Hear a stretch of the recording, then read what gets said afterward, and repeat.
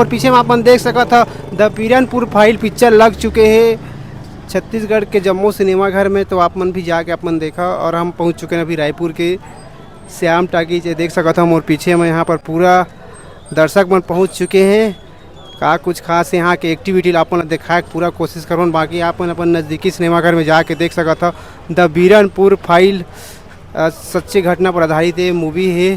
तो यहाँ पर अपन देख सका था संगवारी हो फिल्म के प्रोड्यूसर हेमलाल चतुर्वेदी और ये तमाम आर्टिस्ट हैं जिन पिक्चर में काम करे हैं।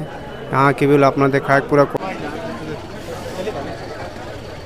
तो संगवारी हो यहाँ पर अपन देख सका था द बीरनपुर फाइल पिक्चर देखे पर किस तरीके से यहाँ पर पब्लिक में आवा थे पूरा ये ऑटो में। और ये बाहर के भी ये देख सका था द बीरनपुर फाइल।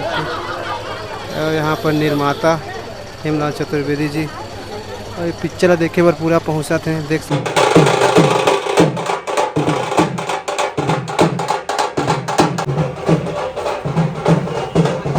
तो यहाँ पर देख सका था विधायक ईश्वर साहू पहुँच चुके संगवारी हो और रायपुर के श्याम टाकीज में देख सका था यहाँ पर नगाड़ा बाजा के साथ यहाँ पर स्वागत करते हैं। तो आपको देखा है पूरा कोशिश करे तो देख सका था।